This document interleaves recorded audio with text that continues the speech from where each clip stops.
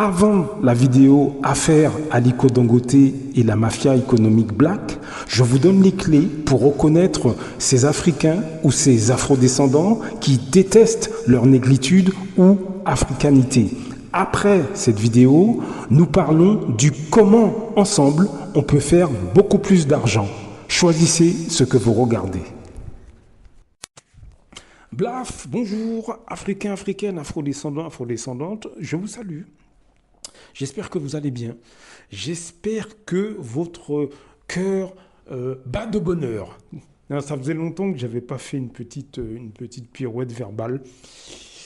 Il y a quelque chose que j'aimerais vous raconter. Et c'est très, très éloquent. J'ai vu dans la rue une altercation. Alors, c'était des Arabes.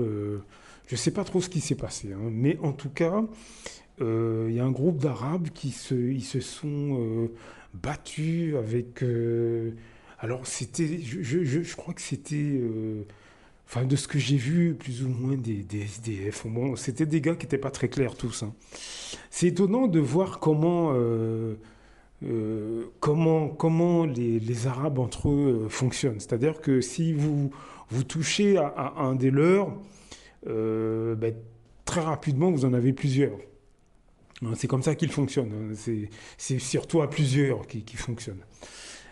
Mettez des afrodescendants dans la même situation, là, ça n'a plus rien à voir. Moi, je me suis retrouvé dans des situations où, moi comme d'autres, je ne suis pas le seul, je me suis retrouvé dans des situations où j'ai dû... alors, c'était pas physique, c'était dans les boulots, mais j'ai dû batailler seul alors qu'il y avait d'autres afrodescendants dans la même entreprise. J'ai dû batailler seul sur certains problèmes de boulot, alors que dans la même boîte, j'avais observé que lorsqu'un Arabe a un problème, il en parle à ses compatriotes ou collègues, ses compatriotes ou collègues arabes, ils le soutiennent. Ils sont beaucoup plus solidaires. Les Noirs entre eux se crachent dessus, se crachent au visage. Ne pensez pas que ça n'a aucune incidence, que ce soit antillais ou africains ou quoi. Ne pensez pas que ça n'a aucune incidence. Les Noirs en France, une partie, pas tous, une partie, en fait, je l'ai déjà expliqué, ils sont blacks, mais uniquement le vendredi soir dans les soirées.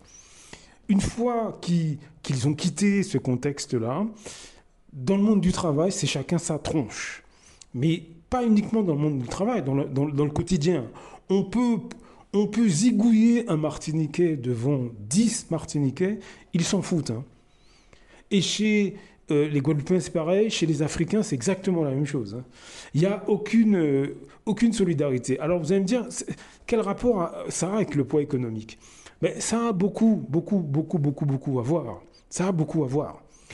Je vous donne un exemple. Là, il y a quelques années, j'ai vu, je ne sais plus où j'étais en région parisienne. Non, j'étais à Londres, excusez-moi, j'étais à Londres. J'ai vu comment des Indiens fonctionnent entre eux. Il y avait eu un casse dans un magasin. Très vite, les autres Indiens sont venus, etc., etc. On peut l'observer dans beaucoup de communautés. Chez les Chinois, c'est pareil. Quand il y a un problème, croyez-moi, ils sont là, ils sont présents. Moi, j'avais vu à Londres plusieurs fois des propriétaires de magasins qui ont un problème avec un livreur, ils s'engueulent, etc. Les autres Chinois, ils sont présents. Maintenant, les afrodescendants en ont rien à foutre les uns des autres. Donc, encore une fois, on se plaint un peu qu'on ne soit pas économiquement au top, etc. Mais il faut voir comment on se comporte. Tout commence par nos comportements entre nous à la base. Et ça impacte aussi l'économie, comme je vous ai toujours dit. Ça impacte aussi nos finances. Un peuple qui ne s'aime pas, un peuple où il y a du dédain entre les gens, il est impacté aussi économiquement. Ça veut dire qu'on n'est pas solidaire. Alors, je ne dis pas que c'est tout le monde, je ne dis pas qu'il il n'y a pas d'afrodescendance solidaire avec leurs semblables. Mais si vous écoutez ces vidéos, la première centaine de vidéos, il y a un moment donné, je mets un extrait de Madame Juliette Smeralda qui dit dans une allocution, hein, elle dit que les 3/4 des Noirs défendent les intérêts des autres communautés et ils se désolidarisent totalement, hein, totalement de leurs semblables, à tout point de vue, hein, à tout point de vue.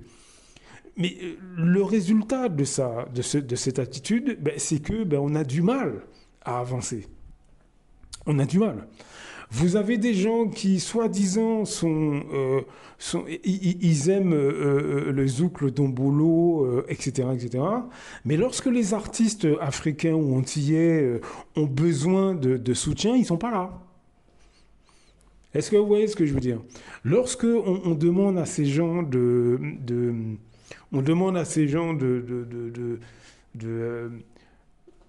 soutenir quelqu'un de leur communauté, il n'y a personne. Que ce soit ces Antillais qui se prennent pour des Américains, qui fantasment toute la journée sur les stars américaines, que ce soit les Africains qui toute la journée, ce type d'Africains qui toute la journée se revendiquent venant de telle ethnie, de telle ci, de telle ça.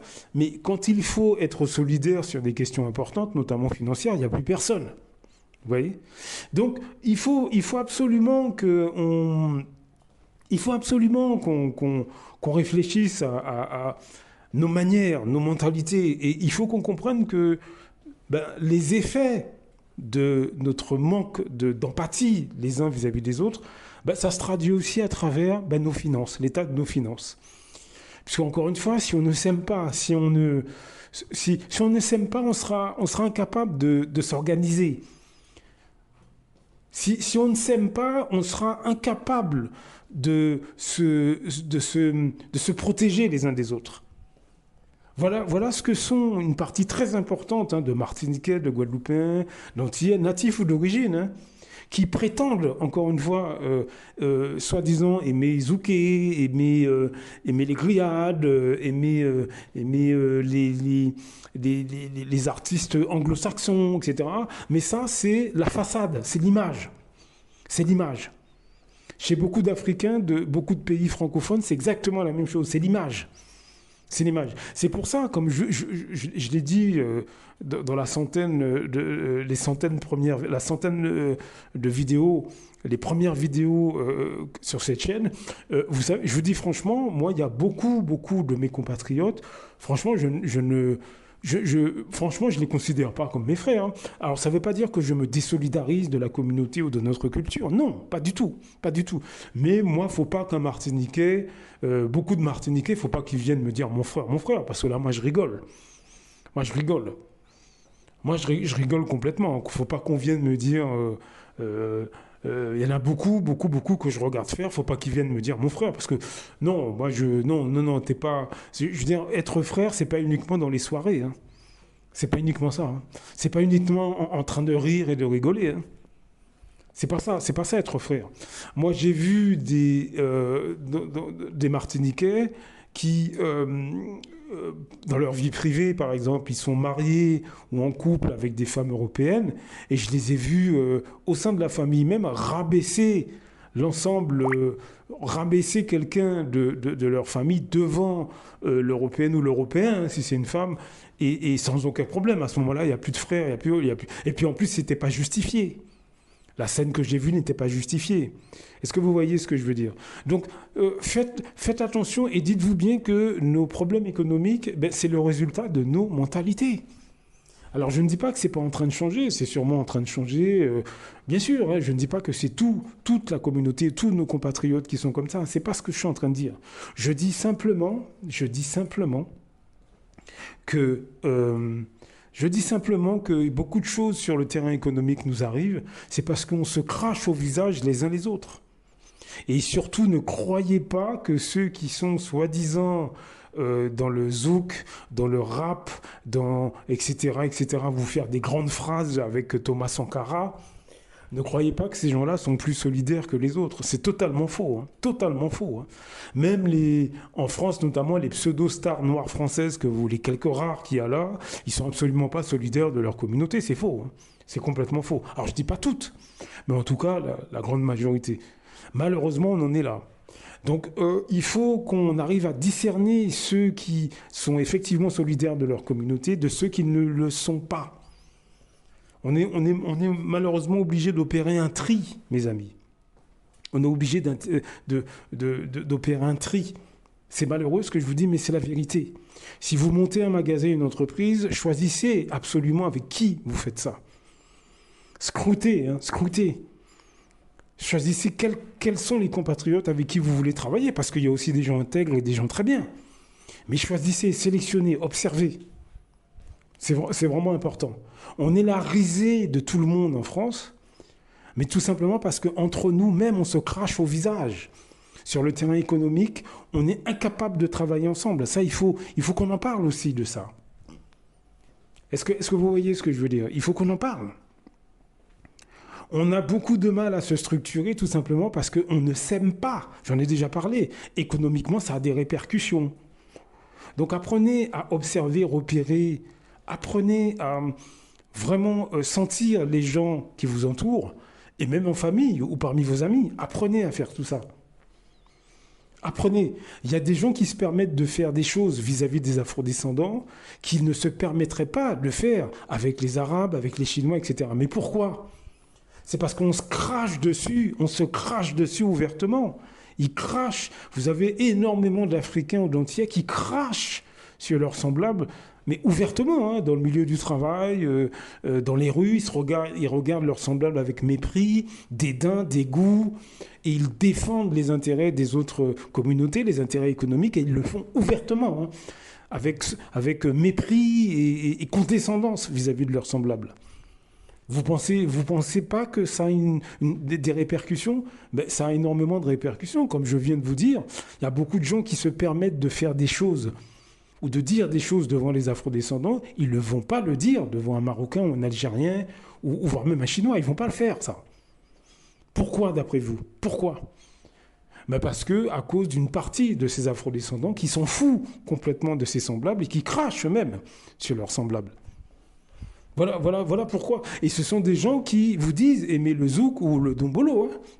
Les gens que je vous décris là. Ce sont des gens qui vous disent aimer les Noirs américains ou Noirs jamaïcains. Hein. Ce sont des gens qui vous disent aimer le reggae. Ils sont habillés comme des clips vidéo pour certains. D'autres vous disent qu'ils sont des amoureux d'Aimé Césaire, etc.